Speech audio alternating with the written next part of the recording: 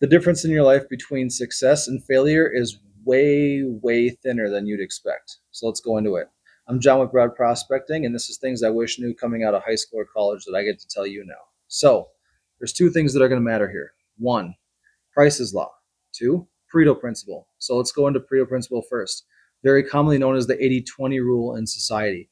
So that means that 80% of all the outcomes are going to be caused by 20% of all the causes. So essentially, it's like, let's use an example right here.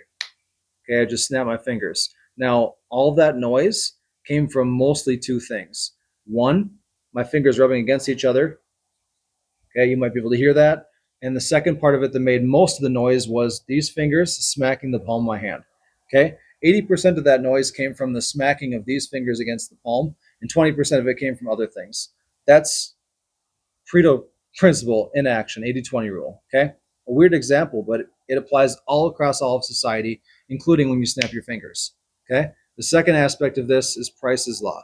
So Price's Law says that half of all the output, productivity wise, right? So production lines, sales, water flowing through rivers, it's all measured productivity.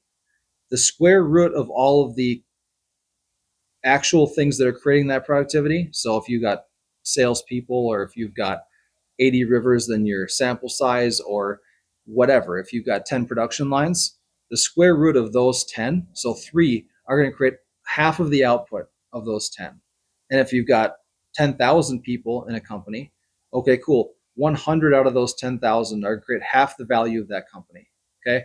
That application goes across all of society, it goes across most of nature. It is a universal, basically, rule in statistics. Both of these are. So, what does that mean? Think about it this way. I think I have a short on this one too, so I'll publicize that. But if you look at people that are sprinting in high school or college in the 100-meter races, okay, a fast person is like 11 seconds, maybe 10 and a half if you're really, really, really good, like record level.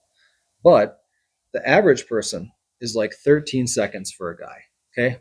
12 to 14.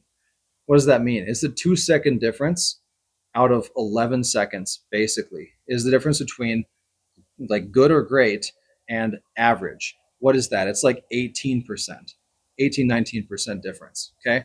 So all those little things that you can do to close that 18, 19% gap between you and the next person is what makes all the difference. Okay. So let's think about it this way. If you go into the workforce and you show up for 40 hours a week, okay, cool. You met the basic expectation. What else gets you ahead? Okay, well, you're a little bit smarter than the next person. Good. Okay, put a little more hours. Good. Okay. All these soft skills people talk about. It's a really cringy word in my opinion, but it's true. It's like, hey, I built a relationship with this person. They like working with me, so I get some support from them. I brought donuts in for my team to celebrate something. Like no one does that. Well, I used to and still do that off and on, but like almost no one does that sort of thing. Those little things get you ahead way more than you'd expect. Okay. I will publicize a full list of this sort of thing. I'm going to go into on this channel later a video about things you can do to outperform. Part of that outperformance is like little things that get you ahead in groups or individual settings. But just know that the little things in your life that you're doing day to day are going to make almost all the difference. Um, I think the math was that if you get 1% better at something every day of the year for a full year, you are, what is it, 36 or 37 times better at the end of the year than you were at the beginning.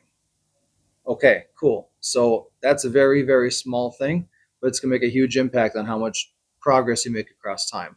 So always look at what you can do just to go one incremental step better, or focus one, you know, half of a percentage better than you were the prior day. Or if you're looking at new tasks, like, hey, what can I do to learn this a little bit better, a little bit more thoroughly? Um, what could I do to be a little bit more friendly or a little bit more connected socially with my coworkers at work? Um, how could I work a little bit more time without inconveniencing my schedule or whatever else it might be? All these little things matter way more than you expect. Statistically, it's a guarantee across your life, not just your work. but if you do it in your work, you'll definitely get ahead. So we'll wrap it right there. Thanks for coming through, and like, share, subscribe. See you at the next video. Catch you later.